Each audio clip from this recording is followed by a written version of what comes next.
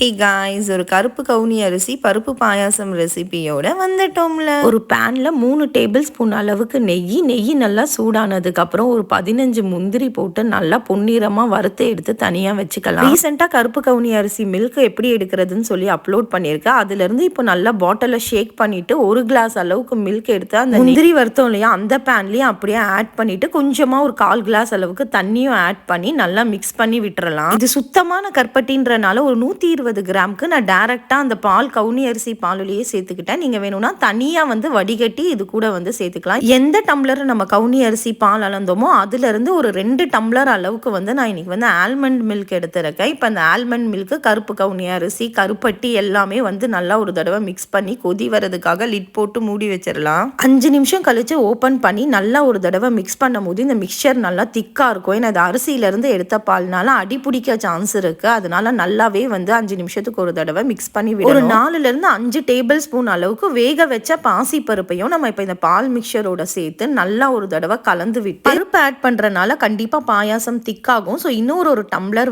பாலையும் சேர்த்து நல்லா ஒரு தடவை மிக்ஸ் பண்ணிட்டு, வாசனைக்காக ஒரு சிட்டிகை ஏலக்காய், ஸ்வீட்டை என்ஹான்ஸ் பண்றதுக்காக ஒரு சிட்டிகை உப்பு, இவன் எல்லாத்தையும் நல்லா ஒரு தடவை மிக்ஸ் பண்ணி விட்டு லிட் போட்டு மூடி வச்சிடலாம். இப்போ அடுத்த 5வது நிமிஷம் ஓப்பன் பண்ணி பார்த்தோம்னா இந்த மாதிரி கொதி வர ஆரம்பிச்சிருக்கும். இந்த டைம்ல நல்லா ஒரு தடவை கிளறி விட்டுட்டு நம்ம வறுத்து வச்சிருக்கோம் இல்லையா முந்திரி, அதையும் தூக்கி தலை மேலே விட்டு நல்லா ஒரு தடவை மிக்ஸ் பண்ணி எடுத்தோம்னா நம்ம தலைவன் சூப்பராக ரெடி ஆயிடுவான். பாயாசம் உண்மையாகவே செம்ம சூப்பராக இருந்துச்சு. குட்டீஸ்லாம் செகண்ட் ரவுண்டு வாங்கி குடித்தாங்க. ஸ்வீட் மட்டும் கொஞ்சம் அதிகமாக போயிடுச்சு, கொஞ்சம் கம்மி பண்ணிக்கலாம். உங்களுக்கு வேணும்னா நீங்கள் நார்மல் பால் கூட ஆட் பண்ணிக்கலாம். குடும்பத்துக்கே பாயாசத்தை போட்டாச்சு. கண்டிப்பாக நீங்களும் உங்கள் கிச்சன் தியேட்டரில் இந்த ஹெல்த்தி ரெசிபியை ட்ரை பண்ணிட்டு சூப்பர் ஹிட் ஆச்சா இல்லை மொக்க வாங்குச்சான்னு சொல்லுங்கள். நன்றி.